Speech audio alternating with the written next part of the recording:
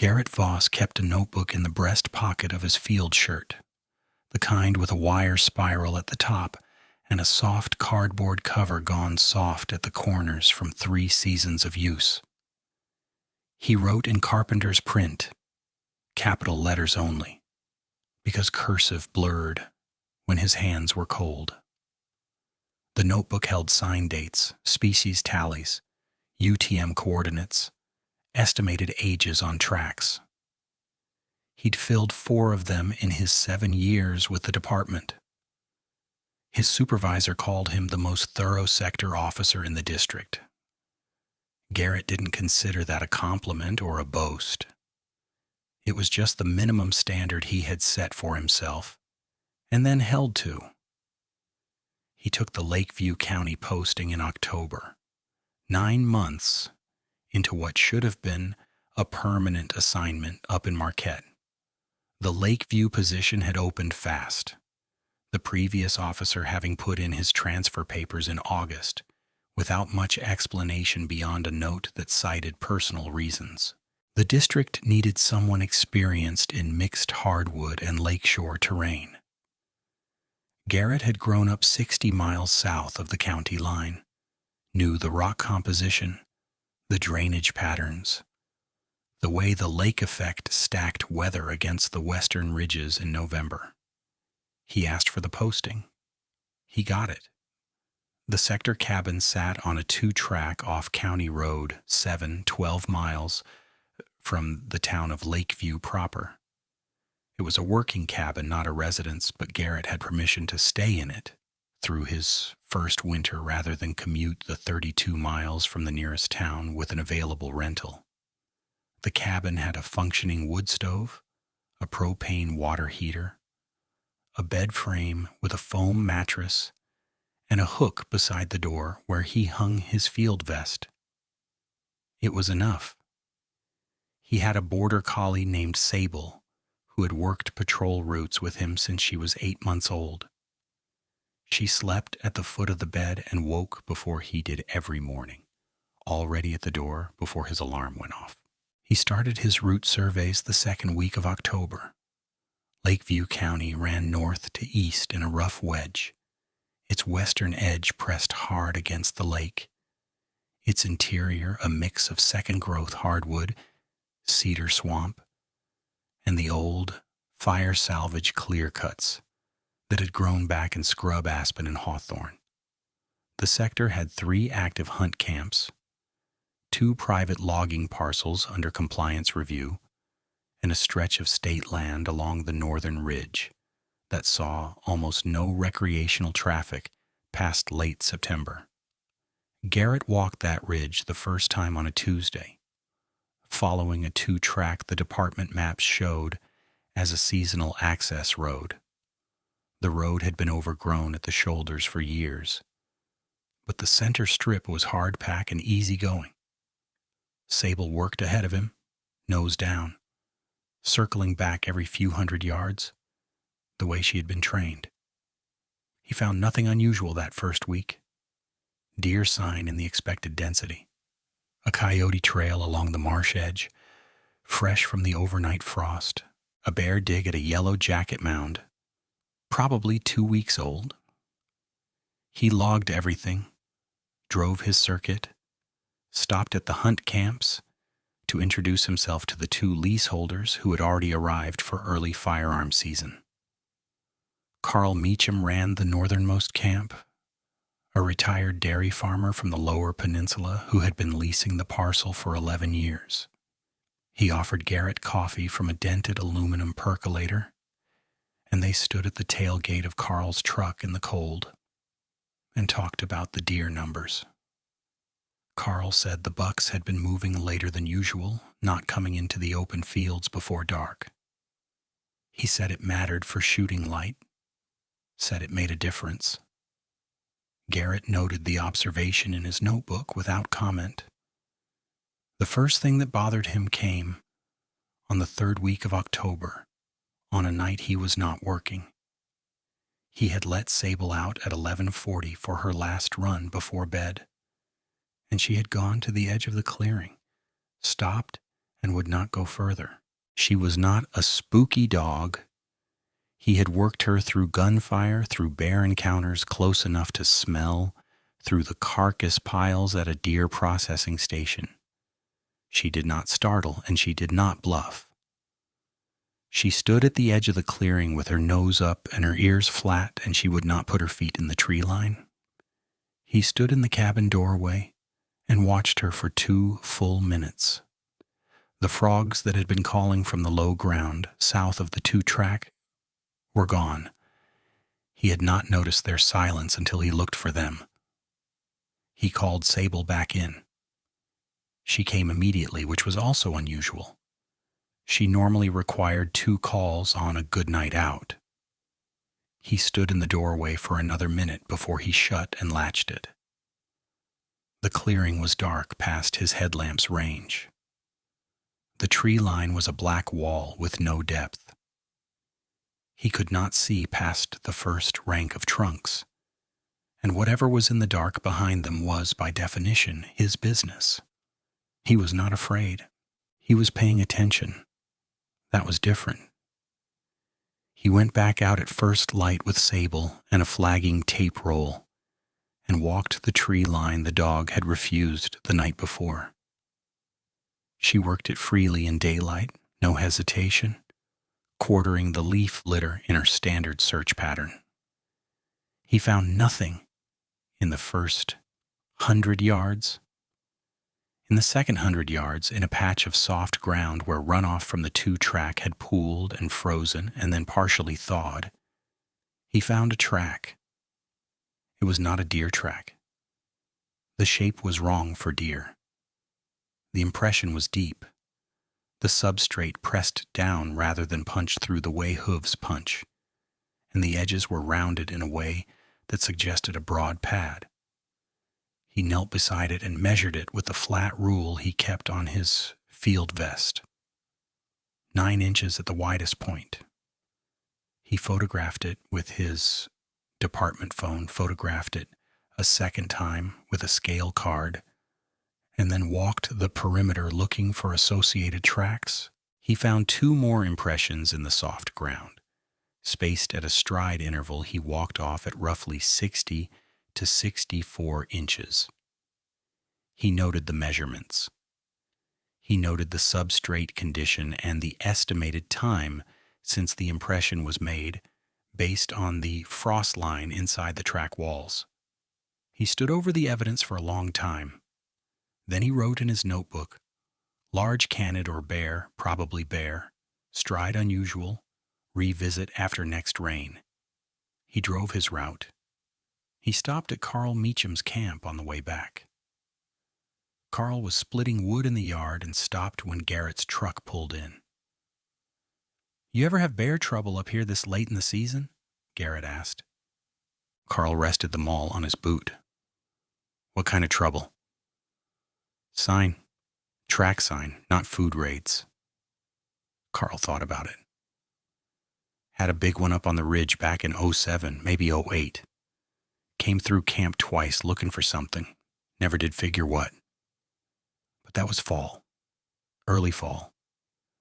They're denned by now, or close." Garrett nodded. He thanked Carl for the coffee and drove on. The second night, nothing. The third night, Sable refused the tree line again, but this time from a different direction. The northeast corner of the clearing, rather than the south. He stood on the cabin steps in his field jacket and watched her stand at the edge of the yard with her head up and her tail low. The temperature had dropped to 22.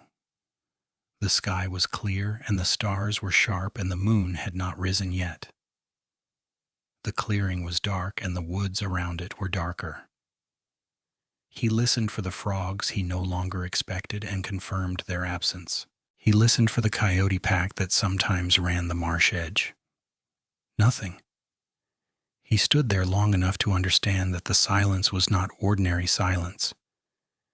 It was the kind that meant every small thing that could move quietly had already moved. He called Sable in. He sat at the small table in the cabin with a mug of coffee and his notebook and thought through what he knew. Bear track, probably. Large. Stride interval outside normal range for a black bear of the size the track suggested. But his field rule was not a vernier caliper, and the substrate had been partially frozen. He wrote down the rational frame, tested it, and left it intact for the time being. He drove to the district office in Clearwater the next morning and asked to pull the previous officer's incident logs for the sector. The administrative assistant, a woman named Terry who had worked there for 18 years, looked at him over her reading glasses. "You want Kenny's logs?" "From this past season, September if he had any." Terry typed something and waited and typed again.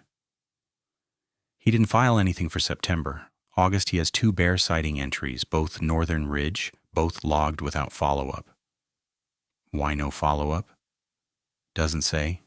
Kenny was thorough up until August, and then he wasn't." She paused. "You know he didn't come back for his last 2 weeks. Called in on a Tuesday, said he needed personal time, turned in his gear the following Monday. 14 years in the department." Garrett thanked her and drove back to the sector.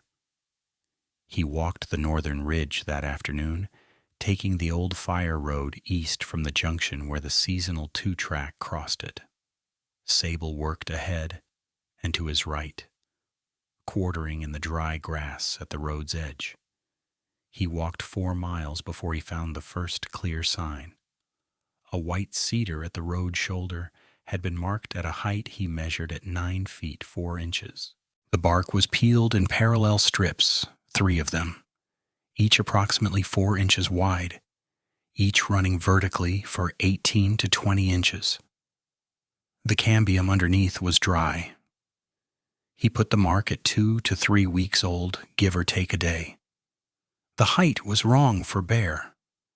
Bears mark at the height of their back or shoulders when rearing, and the tallest black bear in the Great Lakes region on record had marked at 7 feet 2 inches. He had read that figure in a graduate study 3 years ago. It was not a figure he had misremembered. He photographed the cedar in sections, photographing the full height in one frame and the strip detail in another. He put his field knife in the frame for scale. He ran his thumbnail along the edge of one stripped section and noted the depth of the gouge, the regularity of the spacing between the strips. He put the information in his notebook and stood at the road for a while, looking north into the timber. The rational frame tried and offered nothing useful. He drove home. The night of October 31st, Sable woke him at 2:09 a.m. She was at the door, not whining, which would have meant a deer in the yard. She was standing with her full weight against it, facing it, body rigid. He sat up. The cabin was cold, the fire down to coals. He pulled on his boots and his field jacket without turning on a light, moving by the red glow from the stove's air vent. He unholstered his sidearm and held it at his side and stood against the interior wall next to the door and listened. The sound came from the northwest corner of the cabin, near where the propane line ran along the exterior siding. It was not a sound he could categorize quickly. There was a low component to it, below what he would have called a growl, something closer to the resonance he associated with diesel engines at idle, a vibration that entered through the floor jogging before it entered through the air. Layered over that was a higher frequency sound, irregular, a chattering kind of vibration that rose and fell in amplitude without pattern. The two frequencies occupied the same column of air but did not blend. He stood against the wall and listened for 11 seconds before the sound stopped. He did not open the door. He stood at the interior wall with his firearm at his side and waited. Sable had not moved from the door. The coals in the stove ticked as they settled. He stood there for 4 minutes after the sound stopped, and then moved to the window and lifted the curtain 1 inch and looked out. He could see the northwest corner of the clearing in the ambient starlight. Nothing was visible. He held the curtain and waited for his eyes to adjust further, looking not at the clearing center but at the edge, at the dark border between the cleared ground and the first rank of trees. He looked for movement. He looked for shape, interrupting the vertical pattern of the tree trunks. For 40 seconds he saw nothing. Then he saw the eyes. They were at the tree line, roughly 20 feet inside the clearing's edge, and they were not at the height of a dog's eyes or a deer's eyes. He put them at 6 feet off the ground. They were amber yellow, both visible, spaced roughly 10 inches apart. They did not move. They held position with a steadiness that was not the fidgety alertness of deer, caught by a light source. They were not startled. They were directed at the cabin window. He held the curtain and looked at them for perhaps 8 seconds before they were gone. Not gone the way deer disappear when they bound. Not a sudden movement. They were present and then they were absent, as if the thing had simply turned its head and taken the eye shine with it. He waited at the window for another 10 minutes. He did not see them again. He let Sable away from the door at 6 a.m. when there was enough light to see the yard. She circled the northwest corner of the clearing and stopped at the tree line, but did not hesitate the way she had the previous nights. She sniffed the ground at the tree line edge for a long time. He found 2 impressions in the frost-softened ground there, side by side, not the oval pad shape of the first track he'd found, but 2 longer impressions, roughly parallel, pressed deep. The front margins curved, and the rear margins notched in a way that his field experience could not readily assign to any specific anatomy. He photographed them from multiple angles and measured the spacing between them, 11 inches center to center. He stood over the tracks and tried the rational frame again. He discarded it in the same paragraph. He drove to town that morning and called the district office from his truck. He asked to speak with his supervisor, a man named Peterson, who had 23 years in wildlife management and who Garrett respected for his directness. He told Peterson about the cedar marks, the track sign, the eye shine, the vocalization. He read the measurements from his notebook. Peterson was quiet for a moment. "You think it's a bear?" "I did. I'm not confident in that anymore." "What are your other options?" Garrett held the phone and looked out the truck window at the parking lot of the Lakeview Co-op. "I don't have a clean other option." "File a formal encounter log," Peterson said. "I'll have the large predator coordinator look at your photos. You're not seeing anything that puts a human at risk out there?" Garrett said no. He said it was state land and the hunt camps were 4 miles from the cabin. Peterson said to keep him posted and said he'd try to get the coordinator up before rifle season opened in 2 weeks. He did not ask what Garrett thought the eye shine was. Garrett did not offer. He set 2 trail cameras on the northern approach to the cabin clearing that afternoon, one mounted to a poplar at chest height and one at ground level on the west side of the 2-track.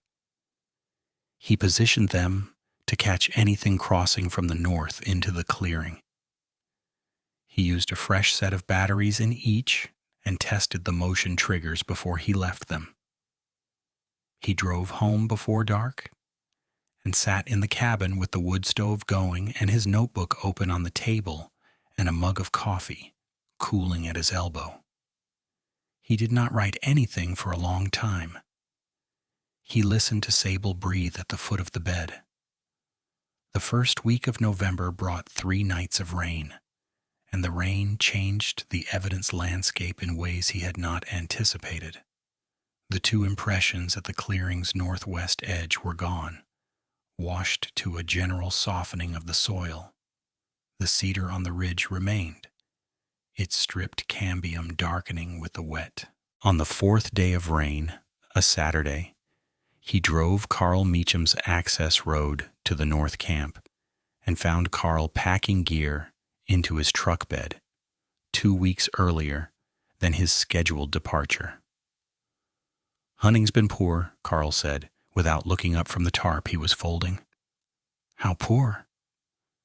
"Haven't seen a deer in 5 days. Not in the fields, not on the ridge. Not anything." He pulled a bungee cord tight and hooked it. "I've been coming up here 11 years. I had a bad season in 2019, but I saw deer. This isn't that." Garrett asked if he'd heard anything unusual from camp. Carl stopped moving the tarp and looked at him. "Define unusual." "Vocalizations. Something at the edges at night." Carl's expression went somewhere that was not quite recognizable. He looked down at the truck bed. "Thursday night I heard something on the west side of the camp, maybe 50 yards into the trees. I've been trapping and hunting for 40 years. I couldn't tell you what it was. I decided to get the truck loaded." Garrett asked if he could describe it. Carl said, "2 sounds at once, low and high, like a generator and a stuck gear." He said it lasted maybe 15 seconds, and then the woods went quiet in a way that made him go inside and not come back out. Garrett thanked him. He drove back to the cabin and checked the trail cameras. The east unit had triggered 3 times. Twice on deer moving through and once on a very large shape moving at the edge of the frame's range, far enough out to be in deep shadow, identifiable only as a vertical form that was not a tree and was not moving like any quadruped he had recorded on trail cameras in 7 years of field work. The timestamp on the 3rd image read 3:41 a.m., November 3rd. The shape was at the left margin of the frame, partially cut off, and the resolution at that distance and that light level produced no useful anatomical detail. He looked at the image for a long time on the camera's small screen. The shape was upright. Whatever it was, it had come into the edge of the frame and then backed out, not crossed through. He drove to town and called Peterson again. He described the image and emailed the file. Peterson called back 40 minutes later and said the large predator coordinator had looked at it and could not confirm identification. He said it could be a bear rearing. He said the coordinator would try to get up the following week. The coordinator did not come the following week. She called instead to say she had a nuisance bear situation in Sheboygan County that was taking priority. She told Garrett to continue logging and said she'd try to make the week of Thanksgiving. Thanksgiving was 3 weeks away. He started sleeping with the cabin's interior lit on a low setting and his field vest on the hook by the door instead of putting it in the back room. He ran his route every day, normal hours.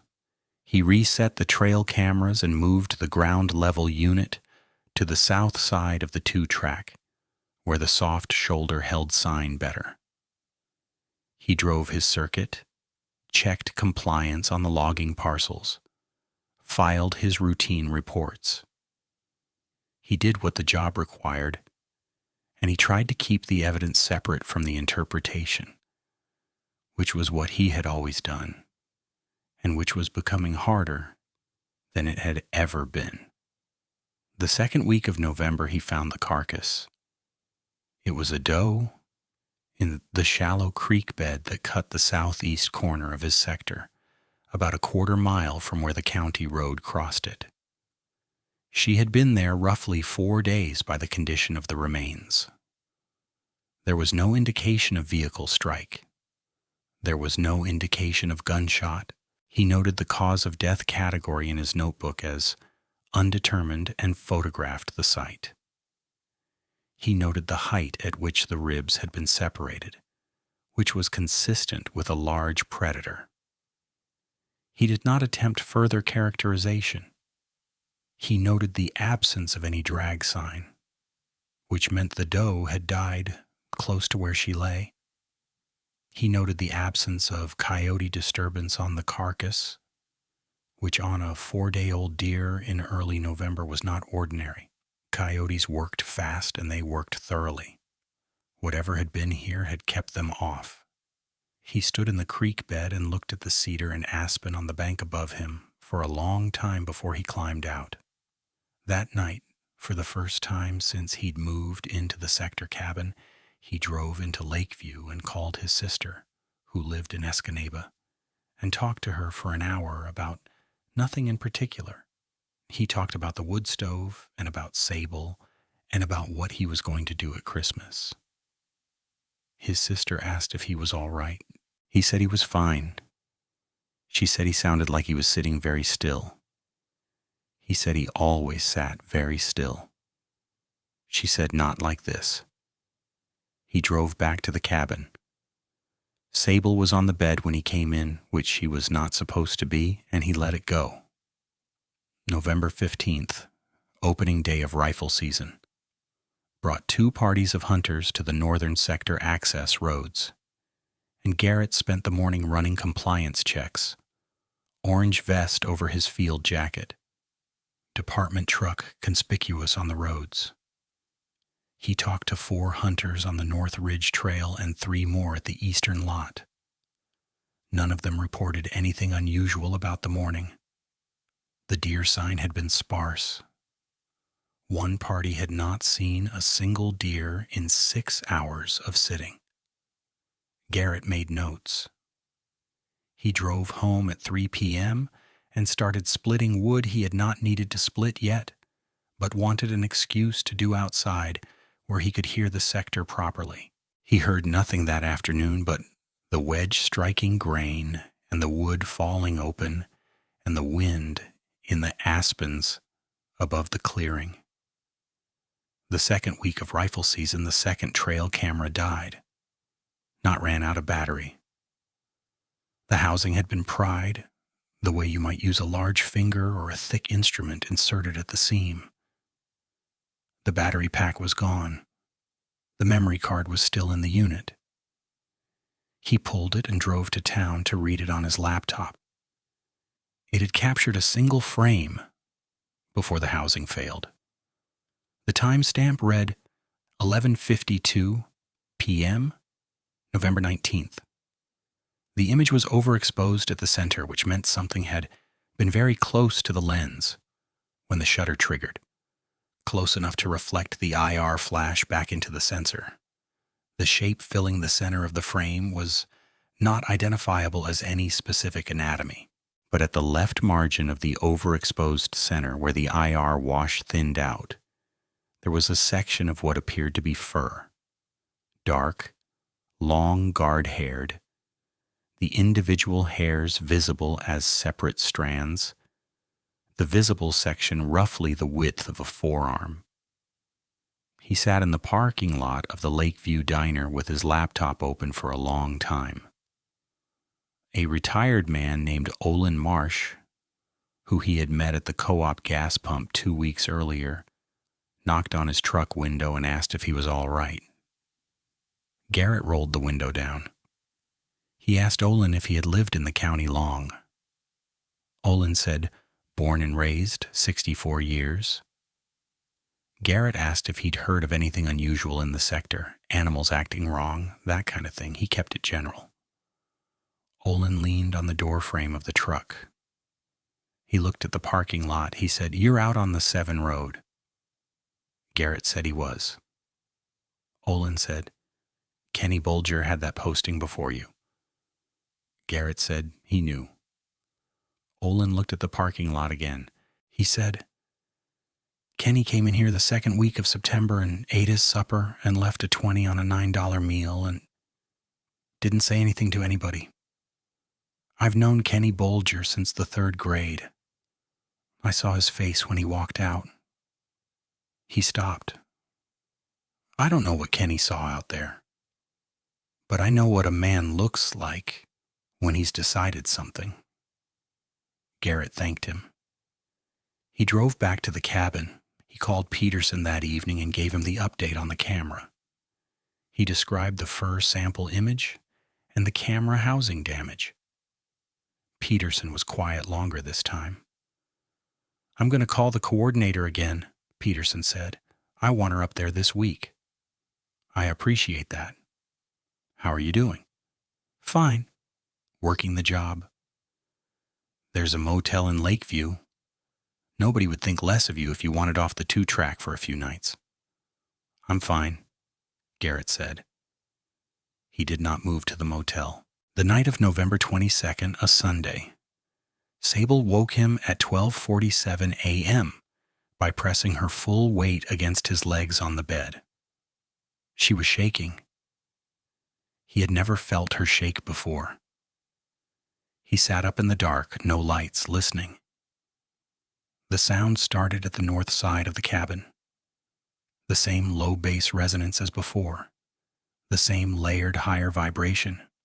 But this time closer, much closer, close enough that he could feel the low component in his sternum, the way you feel a subwoofer in a room with bad insulation. It moved. The sound traveled from the north wall around the west wall and paused at the northwest corner, the same corner where he had seen the eye shine 3 weeks before. It stayed at the northwest corner for 45 seconds. He counted. Then it moved again slowly around the south wall to the southeast corner. It paused there. He could hear beneath the vocalization something else. A rhythmic contact sound, irregular, like knuckles or the heel of a hand, dragged along the exterior siding. He was sitting upright in bed in the dark, with his sidearm in his right hand, and Sable pressed against his left side, and he was thinking clearly, which he would remember later as the strange part. He was not panicking. He was cataloging. Northwest corner, southeast corner, the vocalization consistent, the contact sound intermittent, the directionality clear. He was walking the perimeter of the cabin. He understood that. He understood it the way he understood track age from substrate condition, from evidence, not from inference. It reached the east wall. It stopped at the door. He heard the door frame compress. Not a knock, not a scratch. The frame compressing inward under weight, the way a door frame sounds when something heavy is leaning on it from outside. The latch held. He had put a barrel bolt on the inside of the door 2 weeks ago in addition to the standard knob lock.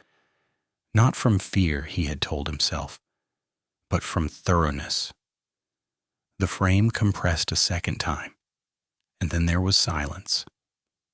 The silence lasted 7 minutes. He timed it. Then the sound moved away north, and the frogs that had been gone for 3 weeks started calling from the low ground south of the 2-track, tentatively at first, and then at full volume. And the ordinary night settled back around the cabin the way it always had. He sat in the dark until 5:30 a.m. He did not turn on a light. He did not go back to sleep. He ran through the evidence in the format he had been trained in, the same format he used for any wildlife encounter report: subject description, behavior observed, physical evidence at site, risk category assessment. He got to risk category and wrote nothing in the part of his mind that was keeping the notebook. He wrote nothing because he did not have a category. He had 7 years of formal training and 4 notebooks of field observation, and he did not have a category. At first light, he put on his vest and his boots and opened the door. The ground at the cabin's east side, in the frost-softened soil along the foundation, held two impressions side by side at the doorstep. The same parallel shape as the prints he had found at the northwest clearing edge, 11 inches center to center between the deep-pressed parallel marks. The siding at the northwest corner of the cabin had 3 parallel marks in the paint and wood, at a height he measured at 9 feet 8 inches. Each mark was roughly a half-inch wide, the wood compressed and then torn upward in a short spur at the top of each stroke. He photographed everything. He photographed the door frame and the siding and the impressions at the step. He wrote the measurements in his notebook. He drove to the district office when it opened and put the physical documentation on Peterson's desk and sat across from him and said nothing while Peterson looked at it. Peterson said, "All right." Garrett said, "I want to go back and do the work." Peterson looked at him. "That's not what I expected you to say. It's my sector." "I know it is. If I leave, this goes unmonitored all winter." Peterson was quiet for a moment. "The coordinator is coming Wednesday." "Good, I'll be there." He drove back to the sector. He reset the remaining trail camera, the one that had been untouched, moving it to the east side of the 2-track, where it would have a clear angle on the cabin door from 60 feet. He replaced the destroyed camera's housing with a second unit he ordered from the department supply, mounting it higher this time at 11 feet on the poplar, in a welded steel box he fabricated from a wall bracket and a piece of angle iron in the cabin's small tool shed. He ran the power line from the battery pack down the inside of the trunk and taped it. He did the work in 2 hours in the cold. He drove his route. He stopped at Carl's camp, which was locked and empty now. He drove the North Ridge Road and checked the cedar mark. It was still the only high mark on the road. But 200 yards further east, he found a second cedar with marks at 9 feet 2 inches. Fresh, the cambium white and wet. He photographed it and measured it, and filed it in the same notebook page as the first. He found the coordinator, a woman named Steph Carlisle, at the cabin when he got back at 4 p.m. Wednesday. She had a chest freezer-sized kit in the back of her state truck, and she had already walked the cabin perimeter before he arrived. She was crouched at the foundation impressions when he pulled in. She stood and looked at him.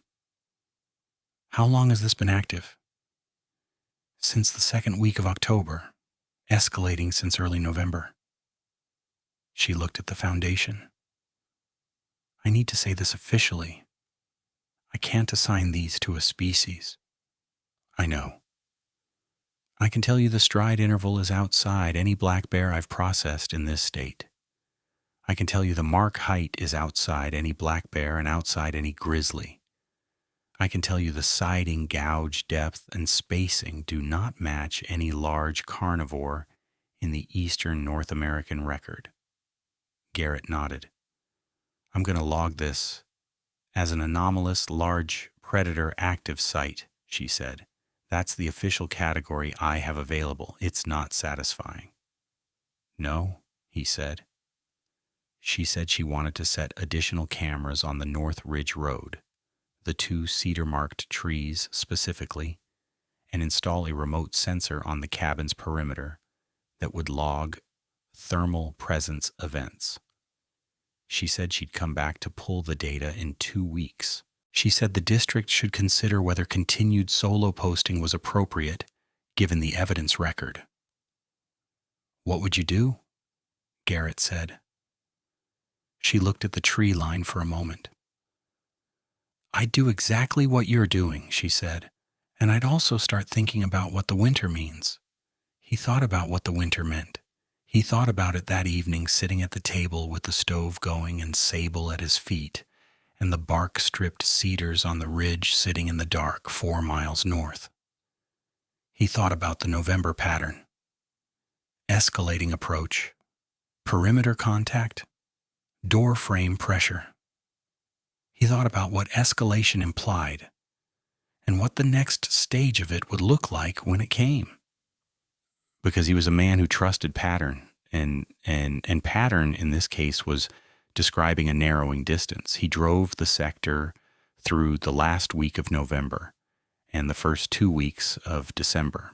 The cameras captured 3 more anomalous frames in that period, 2 on the north ridge and 1 at the cabin clearing edge, each at night, each in the hour between midnight and 2 a.m.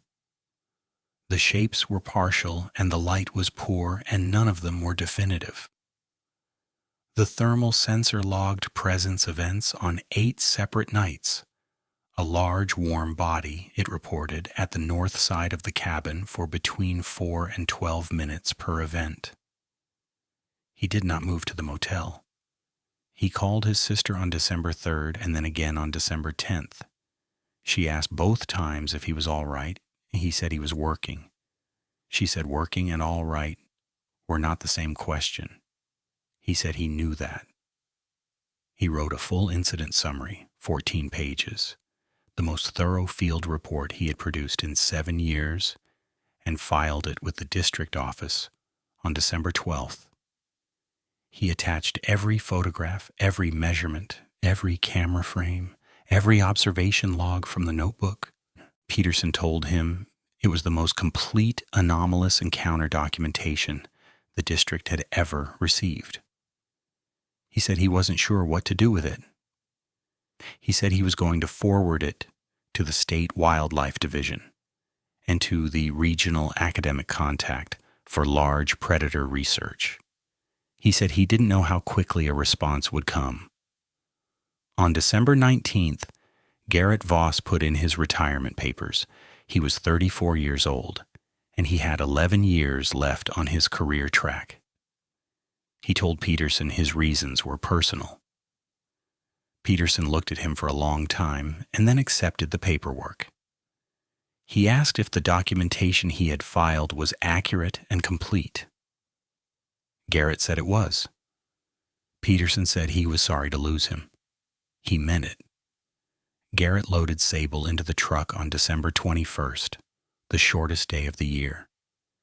He had the cabin cleared and swept by 8 a.m.